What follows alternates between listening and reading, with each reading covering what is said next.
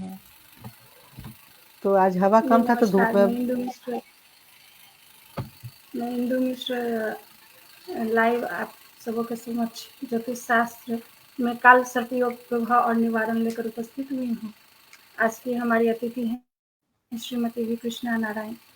आज अग्रसर के मंच से जुड़ी हैं ख्याति प्राप्त research scholar Shrimati V Krishna Narayan.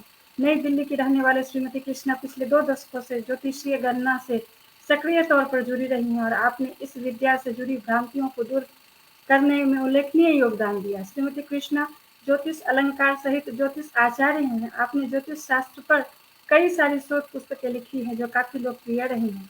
ज्योतिष और अष्टांग योग, ज्योतिष और कृषि, मैं कौन हूँ, सिर्फ भविष्य कथन नहीं, अनकही बातें, जीवन चलने का नाम आदि आपकी लोकप्रिय पुस्तकें हैं। इसके अतिरिक्त आप समाचार दैनिकों से नियमित तौर पर जुड़ी रहती हैं। हिंदुस्तान दैनिक जागरण, दैनिक भास्कर, प्रभात खबर आदि में आप संबद्ध रही हैं। इसके अलावा आप सहारा समय में बतौर पैनलिस्ट अपनी सेवाएं देती रही हैं। बतौर कॉलमनिस्ट आपकी 250 से अधिक आर्टिकल प्रकाशित हो चुकी है। आपका बहुत स्वागत है अग्रसर मंच पर। आज हमारे चर्चा का विषय है काल सर्प योग। प्रणाम। इस योग को लेकर अक्सर जातकों में भय व्याप्त रहता है और लोग शंका में रहते हैं। आप हमारे दर्शकों को बताएं कि क्यों इसे अशुभ योग की श्रेणी में रखा गया।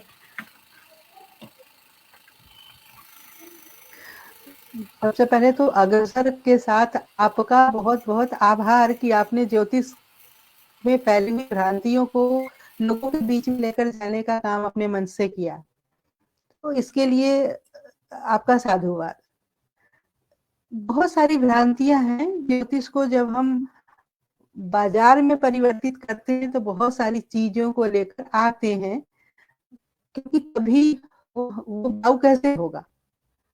लेकिन यह सोचने वाली बात है कि ज्योतिष जो भारतीय सनातनी ज्ञान परंपरा का मजबूत स्तंभ रहा है, ज्योति है यह, ज्योति और ईश। ज्योति मतलब आपके जीवन के तमाम अंधकारों को दूर करके शुभ धवल प्रकाश में लेकर आकर खड़े कर देना, और खड़े ही नहीं करना, ईश पुरुषार्थ, ईश्वर आपको आपके स्वयं पुरुषार्थ से आपको उस श्रेणी तक लेकर जाना जहाँ पुरुष से ईश्वर हुआ जाता है।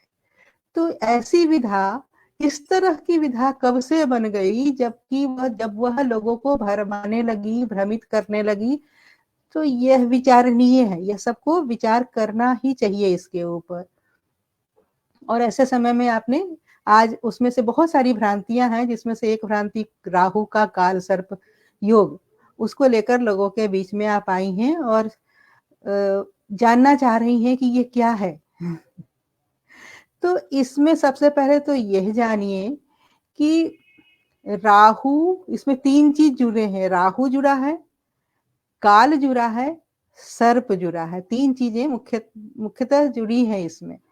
और इसके जब इसकी विवेचना करते हैं, इसकी विवेचना करते हुए ज्योतिषी जब बताता है लोगों को, तो कहता है कि आपकी पीढ़ी में किसी ने सांपों की हत्या की हुई होगी, इस वजह से ये दोष आपको लगा है। तो इसका निवारण और बहुत सारे उपाय और बहुत सारे खर्चे वो बता देते हैं। तो एक बात बताइए, अपने देश के ही कुछ हिस्सों में या फिर आप देश के बाहर कुछ अन्य देशों में जाइए, तो वहां पर हम लोग स्नैक्स मांगते हैं और स्नैक्स परोसे जाते हैं। वो सर्पों को खाते हैं, उनके नित्य प्रतिदिन के भोजन में सर्पों को खाया जाता है। तो खाने के लिए तो मारना पड़ेगा ना, रोज मारते हैं और पीढ़ी दर पीढ़ी मारते चले आ रहे हैं वो लोग सर्पों की। तो उनकी तो पीढ़ी दर पीढ़ी पीड़ित होनी चाहिए ना इस काल सर्प के इससे, दोष से। तो यह ऐसा नहीं है कि, तो लोग क्यों डरते हैं इससे। लेकिन तो जब बताते हैं तो इसके साथ यही इतना ही कह के नहीं छोड़ते हैं, कहते हैं कि 12 प्रकार के काल सर्प होते हैं। मतलब 12 भाव, 12 ही राशियां, कुंडली के एक कुंडली में 12 भाव होते हैं। तो वो हर भाव से संबंधित जो चीजें हैं, अगर उस अक्ष को राहु केतु पकड़ के बैठ गया तो उस भाव का वो बता देते हैं कि वो सर्वनाश हो जाएगा। सारी अशुभ चीजें उस भाव को लेकर वो बता देते हैं। 12 तरह के काल सर्प बताते हैं। या फिर बहुत सारे ज्योतिषियों में तो इसमें भी मतलब मतैक्यता नहीं है कि काल सर्प बता रहे हैं, तो कुछ लोग राहु से ले लेते हैं दोष को, कुछ लोग केतु से ले लेते हैं, और कुछ लोग 360 डिग्री का एक कुंडली होता है, तो उसमें राहु केतु का अक्ष कहाँ से लेना है, 1 डिग्री से 180 डिग्री वाले में जाना है, या फिर 180 से 360 डिग्री वाले को लेना है, 90 से 270 वाला लेना है, या 270 से 90 वाला लेना है। तो उनमें खुद में भी वो मतैक्यता अभी नहीं है।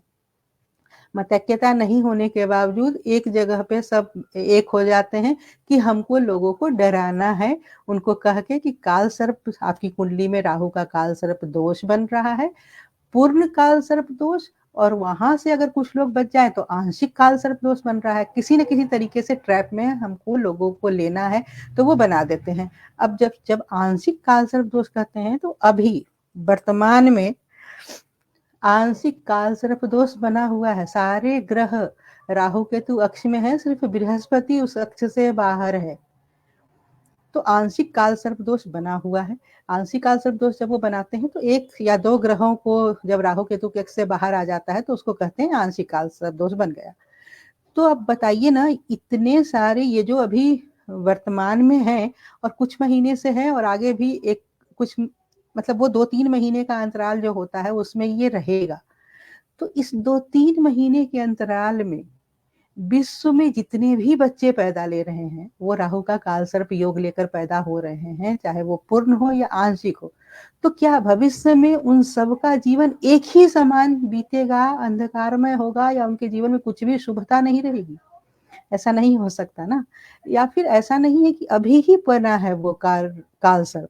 2000 जैसे 2-3 साल पहले भी हम लोग देख लें, 2019 में भी सितंबर से दिसंबर तक बना था, 2020 में मार्च से मई तक बना था, 21 में जनवरी से अप्रैल तक बना था, 22 में फिर जनवरी से अप्रैल तक बना। तो इसी तरह वो हर वर्ष बनता है, कोई नई चीज नहीं। तो हर वर्ष जो 2-3 महीने के अंतराल में ये पूर्ण काल सर्प या आंशिक काल सर्प बनता है, तो उसमें जो मैंने पहले कहा वह तो विचारणीय प्रश्न है ही। और इसमें और एक कहते हैं ना, एक करेला और दूजे नीम चढ़ा वाली बात जब तब कर देते हैं जब इसमें कहते हैं कि क्योंकि चंद्रमा का जो गोचर है, चंद्रमा का जो संचार है, वो फास्टेस्ट मूविंग प्लेनेट है, तो वो जल्दी जल्दी से हर ग्रहों में 27 दिन में अपने जहां से चलता है पुनः वहां पहुंच जाता है, हर नक्षत्र में गोचर करके। तो वह राहु के नक्षत्र में, आद्रा में या स्वाति में या शतभिषा में, उस नक्षत्रों से भी जाएगा। तो इस बीच में जब वो इन तीनों नक्षत्रों से गुजरता है तो जो जो बच्चे पैदा ले रहे हैं उनकी राहु की दशा भी चल रही होती है। फिर बताइए ना, उस तरह के बच्चों के जीवन को क्या ही तो कहा जाए। तो सबसे पहले तो ये दिमाग से निकाल देने वाली बात है कि इसको लेकर बिल्कुल ही भ्रम में नहीं जाना है, स्वयं ही जानना है। अब क्या जानना है? राहु है, काल है और सर्प है। राहु को जानते हैं। जब ब्रह्मा जी सृष्टि की रचना कर रहे थे तो उनके सिर से एक बाल गिरता है और पुनः उनके सिर पर जाकर आरूढ़ हो जाता है। तो सामान्यतया तो ये नहीं होता ना, हमारे सिर से जो बाल गिर गया वो गिर गया, पुनः तो वापस सिर पर आरूढ़ नहीं होता, लेकिन वह फिर से सिर पे गया। तो गति के, और ब्रह्मा जी ने इसको राहु कहा, तो गति के विरुद्ध गति करने की क्षमता जिसमें है वह राहु है। तो वर्तमान समय में या फिर किसी भी काल में कहिए, किसी भी समय में गति के विरुद्ध गति करने की क्षमता जिसके पास होगी, लक्ष्य भेदन भी तो वही अच्छे से कर पाएगा ना, कि कितनी भी परेशानी आए, कितने भी झंझावात आए, वहां से निकल के हमको जाना है, तो वो राहु वाली वो क्षमता हमारे पास होनी चाहिए। तो ये है राहु। दूसरा, अमृत मंथन के समय राहु वेश बदल कर बैठा था, लेकिन क्या लेने बैठा था? वो अमृत लेने बैठा था, अमृत पीने, अमृत का पिपासु है राहु। तो अमृत पीने की इच्छा जिसमें हो, मतलब शुभता को जानने की इच्छा जिसमें हो, किसी भी परिस्थिति में वहां से कौन सी शुभ चीजें हैं, कौन सी लाभकारी चीजें हैं, उसको जानने की इच्छा जो लेकर हो, वो राहु है। परंपरा से, चाहे उसके लिए हमको परंपरा से हटकर भी, लीक से हटकर भी जाकर चीजों को जानना है तो हम जानेंगे। उसके लिए वेश बदलकर भी जाना है तो हम जाएंगे। तो वेश बदलना जो है, इसमें दोनों चीजें हैं, राहु का गुण भी है और अवगुण भी है। अगर हम छद्म वेश धारण करते हैं तो बहुत जगह हमें वो छद्मता चाहिए होती है। अगर हम अच्छे डिप्लोमेट, अगर हम दूत हैं, अच्छे दूत की क्वालिटी है, छद्मता होनी चाहिए उसमें। तो अगर हमको अच्छा एक डिप्लोमेट होना है और हमको राहु का अच्छा साथ नहीं मिलेगा तो हम कैसे एक अच्छे डिप्लोमेट बनेंगे। हमको एक अच्छा लीडर बनना है तो मर्जी हमारी है ना कि हम भीड़ में बैठ के ताली बजाना है या भीड़ से अलग होकर एक अपना मुकाम हासिल करना है। तो वो क्षमता हमको राहु देता है। लेकिन हाँ, राहु का एक सबसे बड़ा दुर्गुण है जो रामचरितमानस में कहा गया है, धूम्र अनल संग वाला जो दोहा है कि वह अग्नि से ये धुआं, अग्नि का पुत्र कहा गया राहु को। धुआं, राहु का एक नाम धुआं भी है, धूम्र भी। तो अग्नि से ही पैदा होता है और जब वो आकाश तक मतलब बहुत ऊंचाई तक जाता है तो वही धुआं फिर मेघ बन के जब बरसता है तो सबसे पहला काम जिससे उसकी पैदाइश होती है उसको ही मिटाने से करता है, अग्नि को ही मिटा देता है वो। तो यह एक राहु का दुर्गुण है सबसे बड़ा कि जिसने आपको बनाया, जिसने हमको बनाया, चाहे किसी भी क्षेत्र में किसी की मदद से हम आगे जा रहे हैं, आगे चलकर हम उनके जो हम उनसे प्राप्त किए उसको भूल जाते हैं। चाहे हम ज्ञान को ही देखिए ना, शास्त्रों से ज्ञान लेकर अगर चल रहे हैं और राहु कुछ काल में राहु की दशा वैसी मिल गई हमें तो हम कहते नहीं, शास्त्र का ज्ञान बताना भूल जाते, कहते ये तो मेरा ही ज्ञान है। तो ये राहु का सबसे बड़ा दुर्गुण है। तो गुण और भी है, इसके गुण ज्यादा हैं, दुर्गुण थोड़े कम है। तो कुंडली में राहु का जब तक सूक्ष्म आकलन नहीं करेंगे तब तक राहु के बारे में कुछ भी कहना भ्रमात्मक ही होगा। राहु को इस तरीके से देखना है कि कालसर्प दोष भी अगर बना है, मतलब राहु केतु अक्ष में, तो उसमें यह देखने वाली बात अवश्य होगी कि राहु और केतु हमेशा वो पीछे की दिशा में गमन करते हैं। जैसे वो मीन राशि में है अभी, तो मीन राशि से फिर राहु कुंभ में जाएगा, मीन से बाकी सारे ग्रह मेष में जाएंगे, लेकिन राहु हमेशा मीन से कुंभ में फिर मकर में पीछे पीछे जाएगा। और केतु अभी कन्या में है, तो कन्या से जैसे बाकी सारे ग्रह होंगे तो वो तुला में जाएंगे, लेकिन यह कन्या से सिंह में जाएगा, तो पीछे की तरफ। तो राहु के मीन में रहते और केतु के कन्या में रहते बाकी सारे ग्रह अगर तुला से लेकर कुंभ तक हैं, तो उस समय अगर राहु की दशा भी मिल रही है तो कुंडली का सूक्ष्म आकलन करना है कि क्या मतलब आगे अभी मिल रही है या आगे आने वाले वर्षों में मिलने वाली है।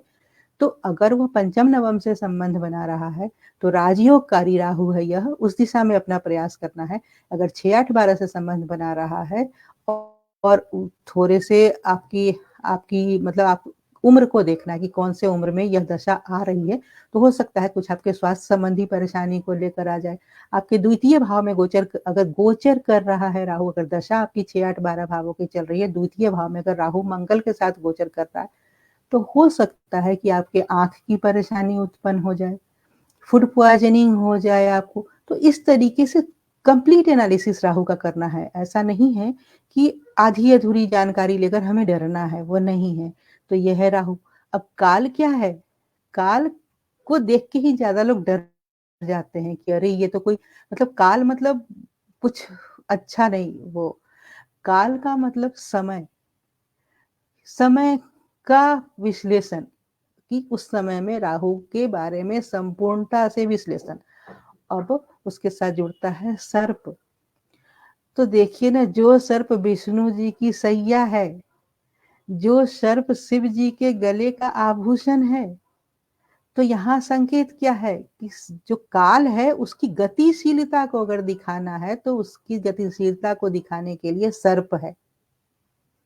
तो काल की गतिशीलता है यह, समय की गतिशीलता है यह, और समय तो ठहरा हुआ है ही नहीं, समय तो हर वक्त गतिशील है। तो समय की गतिशीलता को बताने का यह है राहु। लेकिन जब सर्प है तो सर्प देखिए, जब कुछ समय साल में एक बार सर्प अपने केचुली को उतार कर आगे बढ़ता है, नवगति करता है। हाँ, उस केचुली को उतारते वक्त उसको बहुत परेशानी होती है। तो यह है राहु, लीक से हटकर जब हम चलेंगे, अपनी परंपराओं को छोड़कर जब हम आगे बढ़ेंगे, वह जो केंचुल उतारेंगे परंपराओं की और वो लीक की, तो हमें बहुत परेशानी होगी, बहुत सारी मर्यादाएं टूटेंगी, बहुत सारे बंधन टूटेंगे, तब हम कुछ उस निर्णय पर लेकर आगे बढ़ेंगे। तो वह केंचुल उतारना राहु का, और फिर जब हम वहां से जाके सर्प के समान गति करेंगे, नवगति, तो फिर हम अपने लक्ष्य भेदन में सफल होंगे। तो जब तक इसको नहीं जानेंगे तब तक कुछ भी कहना भ्रमात्मक और भटकाव में ले जाने वाला। तो इससे बिल्कुल मत डरिए, स्वयं ही इसको जानने का, ज्योतिष को जानने का प्रयास कीजिए। और ज्योतिषियों को, तो ऐसे ज्योतिषियों को सिरे से नकारिए और ज्योतिष को जानने का प्रयास कीजिए। और चूंकि बात राहु की हो रही है, इसका एक जो दुर्गुण है, उस दुर्गुण से हम अपने आप को जैसे बचा के रखें, उसके लिए चूंकि शिव, तो विष्णु उपासना, शिव उपासना या राम उपासना, इन तीनों में से जिसकी भी उपासना में आपका मन रमे, उनकी उपासना कीजिए। तो ये है राहु का काल सर्प, और ये दोष बिल्कुल भी नहीं है, एक ये योग है जो निश्चित समय अंतराल पे हरेक की कुंडली में बनता है। तो उस योग को देखना है कि कौन से भाव, कौन सी राशि, कौन सा नक्षत्र, उसके साथ चलने वाली दशा और आगे की गोचरीय स्थिति, इन तीनों को मिलाकर देखना है और अपने जीवन का निर्णय उस प्रकार लेना है।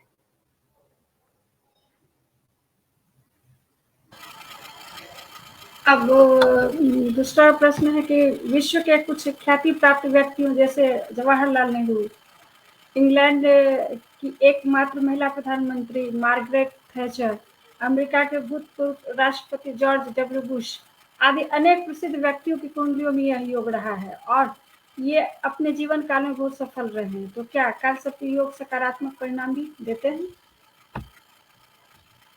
मार्गरेट थैचर तो सत्ता के सर्वोच्च शिखर पर तभी पहुंची है राहु की दशा में।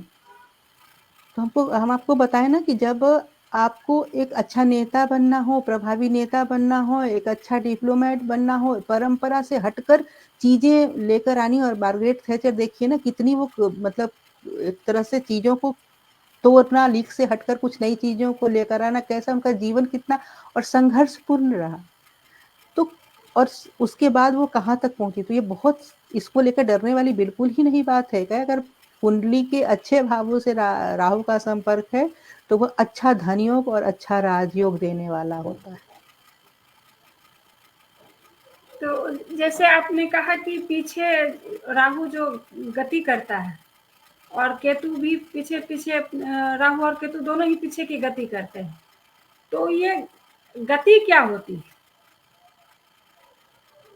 गति देखिए, हम सब जानते हैं कि ब्रह्मांड में सूर्य के चारों तरफ ग्रह जो है वो घूम रहे हैं, गतिशील हैं।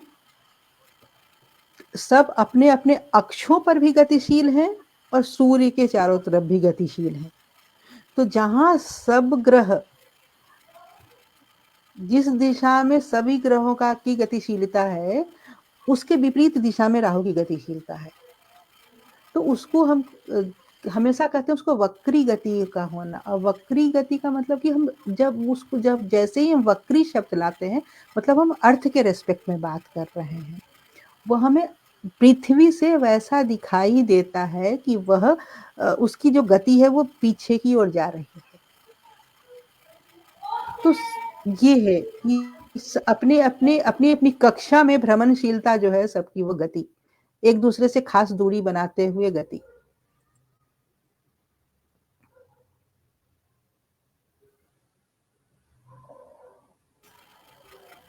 जी। तो राहु जैसे बहुत लोग कौन सा स्थान है, एक स्थान है मुझे यहाँ महाराष्ट्र में, वहाँ लोग जाके राहु कलसर्प योग का निवारण करते हैं। तो क्या ये सब सफल होता है क्या? हम शुरू में ही आपको बताया ना कि ज्योतिष जब बाजार में बदलता है तो बहुत सारी चीजों को लेकर आता है। तो ये उसी का हिस्सा है, उसमें उलझने की जरूरत नहीं है।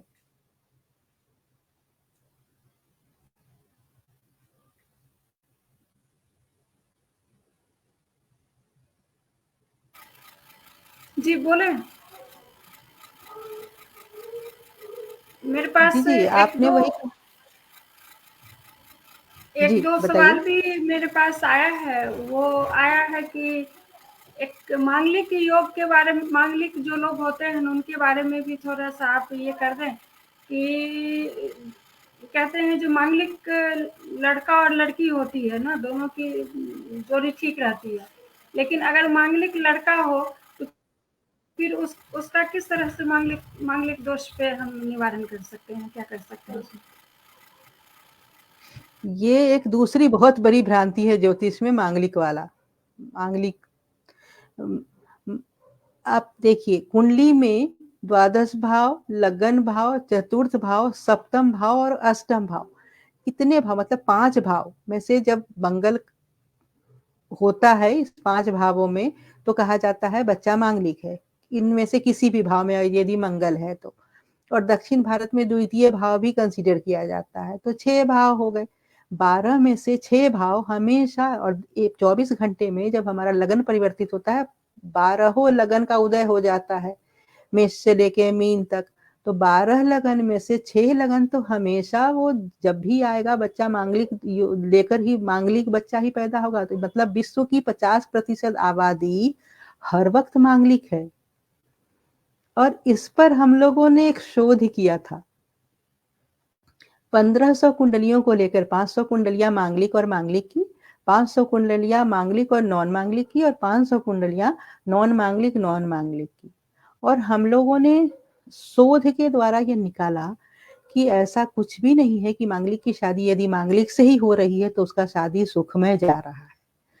मांगलिक की शादी यदि नॉन मांगलिक से भी हो रही है तो उसका शादी ऐसा नहीं है कि वो कष्टप्रद हो रहा है, वह सुखमय हो रहा है। वो सब निर्भर कर रहा था कुंडली में बनने वाले योग और उनकी चलने वाली दशा, शादी के बाद कम से कम 20 वर्षों तक चलने वाली दशा।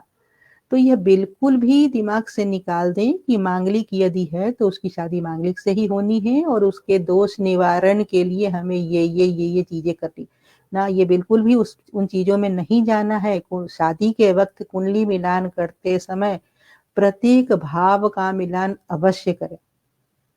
हाँ, यदि द्वादश भाव, द्वितीय भाव, चतुर्थ भाव और सप्तम भाव, इन 4 भावों का के साथ पंचम भाव का सूक्ष्म आकलन कर ले और वहां मंगल, शनि राहु की उपस्थिति और साथ में चलने वाली दशा, इसको चल लेके, इसको देख के जब चलेंगे तो उस तरह के जो भ्रम है उस आप स्वयं समझने लगेंगे कि कैसे ये बाजार का हिस्सा है, कमर्शियल टच देना है, पैसे बनाने हैं। बहुत मुश्किल से लोग पैसे कमाते हैं, उसको यूं ही मत गंवाइए भ्रमात्मक चीजों के पीछे, ये उपाय वो उपाय, बिल्कुल मत कीजिए, वैसा कुछ भी नहीं। वो क्या रहा है कि मन में डर तो पैदा हो ही रहा है। मांगलिक को लेकर आपने कहा कि जो आधी विश्व की आधी आबादी मांगलिक है, तो इसमें जैसे कि लोग कुंभ विवाह और वो सब चीज के चक्कर में लोग पड़ते ही हैं। जैसे कि कहते हैं अपने तरफ आम महुआ विवाह वगैरह भी होती है, या फिर ये कुंभ विवाह वगैरह भी इस तरह से। तो क्या ये सब इससे कुछ लाभ होता है क्या? नहीं नहीं, आम महुआ विवाह तो मांगलिक के लिए नहीं होता है। आम महुआ विवाह तो बिल्कुल 2 डिफरेंट प्रकृति और प्रवृत्ति का मिलन होने जा रहा है, तो उस तरह से वो सांकेतिक, उसका कुछ अलग ही वो रीति है, वो रिवाज है। कुंभ विवाह कराते हैं वो मांगलिक के लिए। तो हम कहें ना, ये आप कही ना कि आप कह रही हैं कि विश्व की आबादी, हम नहीं कर रहे हैं, वो मैथमेटिकली कैलकुलेशन कह रहा है कि ग्रहों का जो संचार हो रहा है हर वक्त, विश्व की जो 50%, हर रोज पैदा होने वाले 50% जो बच्चे हैं वो मांगलिक हो रहे हैं। इसका मतलब विश्व की 50% आबादी मांगलिक है। तो एक कॉमन सेंस की बात है ना ये सोचने वाली कि 50% आबादी हर वक्त एक जैसे, उनका मतलब जो शादीशुदा जिंदगी है वो तबाही तो नहीं हो जाएगा ना, या फिर दुखमय तो नहीं ही होगा ना। बहुत सारी चीजें, फिर वो जिस वातावरण में देश काल पात्र को छोड़कर आप चलेंगे तो ज्योतिष में बहुत ही नाइंसाफी हो जाएगी ज्योतिष के साथ। तो आप किस काल में हैं, आपकी उम्र क्या है। आजकल देखिए ना, शादी को लेकर live in relationship, intercaste marriage और लव मैरिज कितना बढ़ता चला जा रहा है। तो इन्वायरमेंट आपका है ना, देश काल और पात्र, तीनों चीज को छोड़ के जब आप आधी अधूरी जानकारी लेकर चलेंगी तो ऐसे ही कभी कुंभ विवाह करेंगे, कभी घट विवाह करेंगे, मतलब कुछ-कुछ बहुत सारी चीज़ें हम करेंगे। और शंका इसलिए मन में आता है क्योंकि हम कुछ स्वयं से जानने का प्रयास नहीं करते हैं और ज्योतिषियों के पास जाते हैं और उनको पता है ज्योतिषी को कि किसी खुश-खुश अवस्था में तो कोई हमारे पास आएगा नहीं, कोई ना कोई परेशानी है तो ये मेरे पास आएगा। तो चलो अब इस पे मनोवैज्ञानिक दबाव बनाओ। आपका वो कमज़ोर नस ऐसी बात कहेंगे कि बस आपको शंका कि अरे इसको ऐसा नहीं करेंगे तो कुछ न कुछ तो अनर्थ हो जाएगा। तो आप वो जो वाइब्स देती हैं ना कि कुछ न कुछ अनर्थ हो जाएगा, वो जो वाइब्रेशन आपका वो जो संचार होने लगता है उस तरह के वाइब्रेशन का, वह नहीं चाहते हुए भी गलत चीज़ों को आपकी तरफ आकर्षित करके ले आता है। तो अपने विचारों को, अपने थॉट को बहुत ही क्लियर, बहुत ही स्ट्रॉन्ग रखिए और पॉजिटिव वाइब्स हमेशा और उस तरह की चीज़ों से ना बिल्कुल भी ये तो बहुत बड़ी भ्रांति है, नहीं, मानिए। ये बात तो सही है कि आदमी इन सब चीज़ों से दूर रखेगा। लेकिन जब आप एक चीज़ को मान रही हैं कि ज्योतिषीय में ये सब सारी चीज़ें हैं, तो लोग अपने मन को फिर शांत किस प्रकार से कर पाएँगे? किन पद्धतियों से वो अपने इस दिशा को फिर सोचेंगे कि नहीं हम मुझे पॉजिटिव रहना है या मुझे ऐसा करना है जिससे कि मुझे इन सब के का दोष नहीं लगेगा। ये सब भी तो एक है कि लोगों को आप किस हाँ, तरह की कौन सी आपका कहना सलाह। हाँ, आपका कहना बिल्कुल सही है कि लोग क्या करें कि लोगों का मन शांत रहे। मन इतना अशांत हो जाता है ना तो फिर बहुत सारी चीज़ें उस अशांत मन की वज़ह से चीज़ें अजीब-सी होने लगती हैं, उलट-पुलट होने लगती हैं। तो मन को शांत करने का सबसे आसान तरीका है कि आप सबसे पहले तो अगर आप बिछावन पर लेट रही हैं तो शवासन में लेटना शुरू कीजिए, उसकी थोड़ी-सी प्रैक्टिस कीजिए और सहज श्वास लीजिए और छोड़िए। आप शवासन से शुरू कीजिए, उसके बाद आप बैठ के उस आसन में बैठिए जिसमें आपका शरीर और मन मतलब दोनों बैठ सके आराम से, कि हाँ, अब हमको थोड़ा भी बैठ सकते हैं। जैसे कभी-कभी क्या होता है ना, कहते हैं कि आसन में बैठो तो पद्मासन में ही बैठो। नहीं, वैसा नहीं, उस अपने शरीर पे किसी तरह का बंधन मत डालिए। आप जैसे ही बैठ सकती हैं, वैसे बैठिए। जितनी देर बैठ सकती हैं, उतनी देर बैठिए और उसके बाद क्या कीजिए कि ज्ञान मुद्रा, हथेलियों को इस तरीके से, इसका जो अग्रभाग है, ये आकाश की तरफ होना चाहिए और ज्ञान उसको रख के आप हाँ, और आप अपनी आँखों को बंद कीजिए 2 मिनट, 3 मिनट से लेके 10 से 15 मिनट तक इसको लेकर जाइए। आँखों को बंद कीजिए और अपने थॉट को देखना शुरू कीजिए, मतलब देखने का मतलब कि उस समय आपके मन में कौन-कौन से विचार आ रहे हैं। उन विचारों को देखिए, सिर्फ़ आप देखिए कि वो विचार आ रहे हैं। उस समय अपनी आँखों को मत खोलिए, उन विचारों का आना रोकिए भी मत, उनको आने दीजिए, आने दीजिए, आने दीजिए।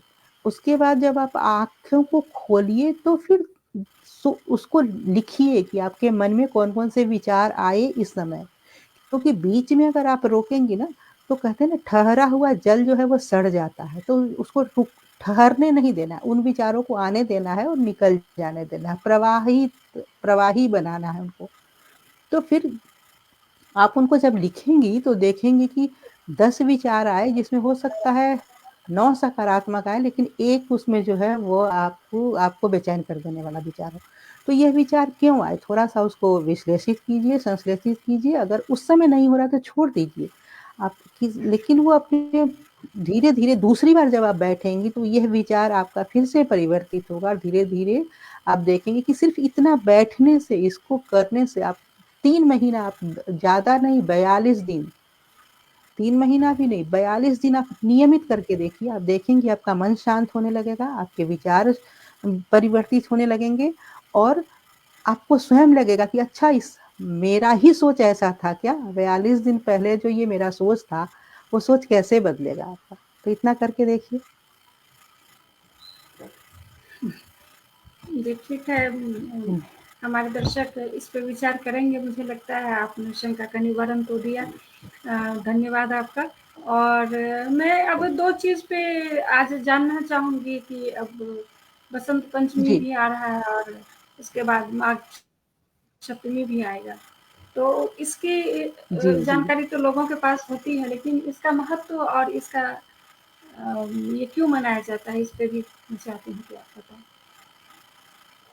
जी, जी, बसंत सबसे पहले तो बात बसंत से ही कि बसंत का आगमन कामदेव से जोड़ के है वो कि मतलब सृजन का माह है यह कि और रंगों का माह है यह, इतने सारे रंग, तो सृजन हमारा मूल उसका माह और इस दिन कहा जाता है कि सरस्वती का वो जन्मदिन है, बसंत पंचमी, उनकी उत्पत्ति हुई है उस दिन।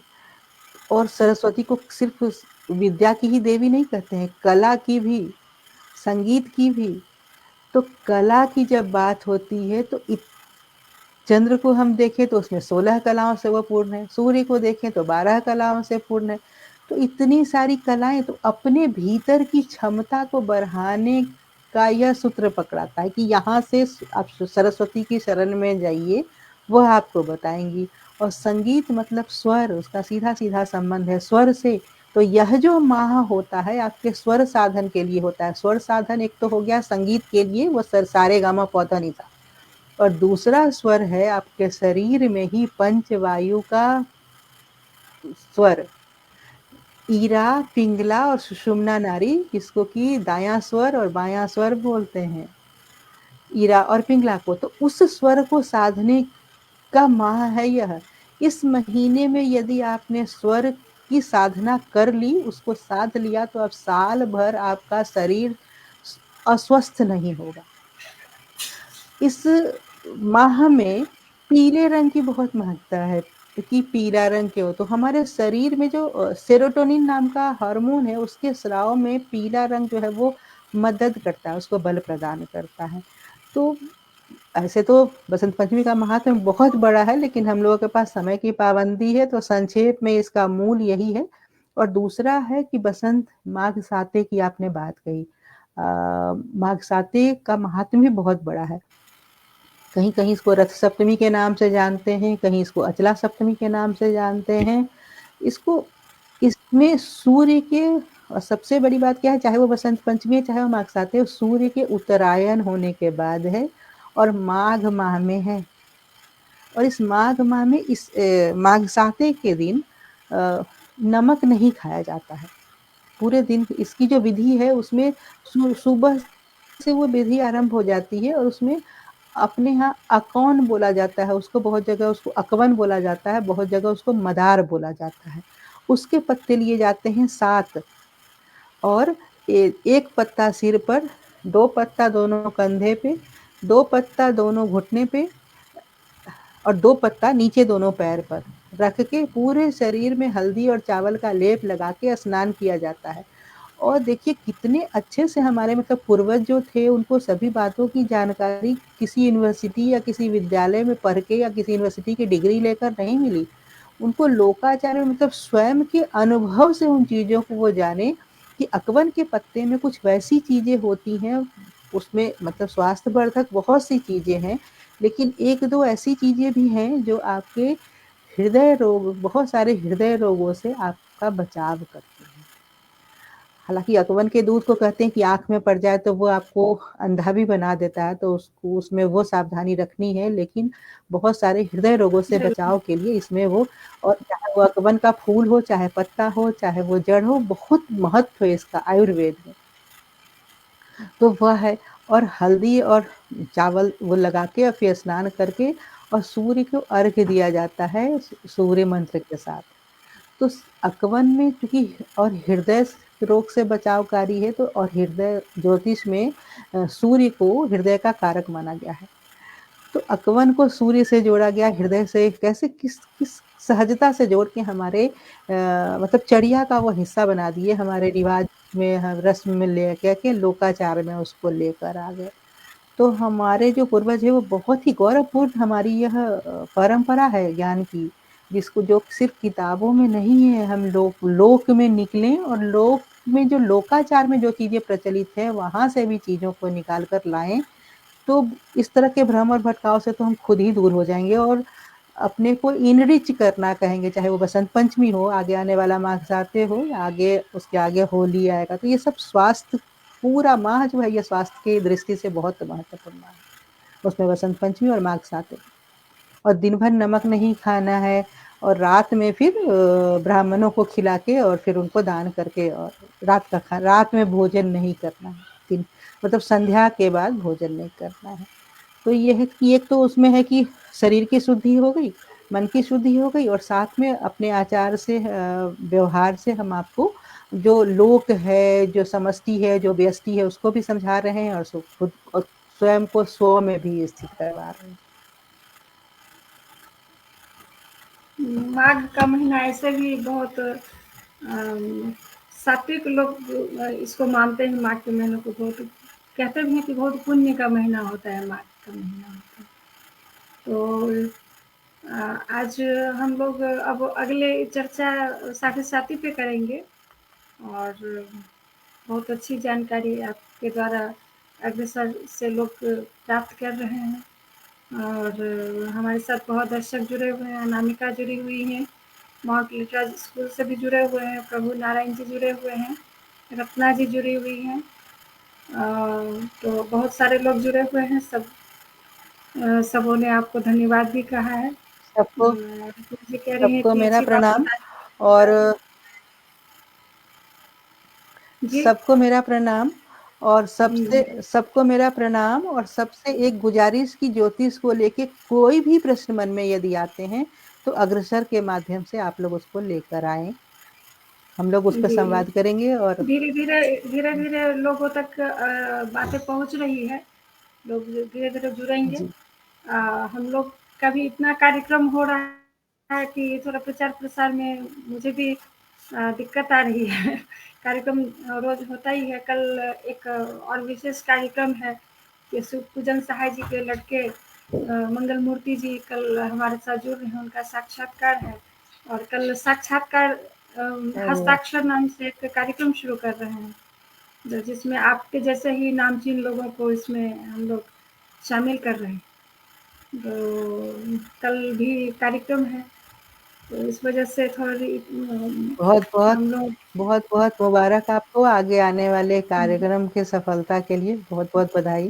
धन्यवाद। और क्या हम लोग अगली चर्चा जो करेंगे वो साढ़े साथी पे होगी, और हम चाहेंगे कि जो दर्शक जुड़े हुए हैं हमारे साथ, और जो इससे जुड़ी जो भी बातें उनके मन में शंका हो या जो भी वो पूछना चाहें, अग्रसर के द्वारा पूछ सकते हैं। और कृष्णा जी इस चीज़ का इन सवालों का जवाब देंगी। हर शनिवार ये ये तो हर शनिवार अब ये कार्यक्रम चलेगा लगातार। तो तब तक के लिए बहुत बहुत धन्यवाद मैम आपका। आपने कई लोगों का मन हल्का कर दिया होगा आज। जी जी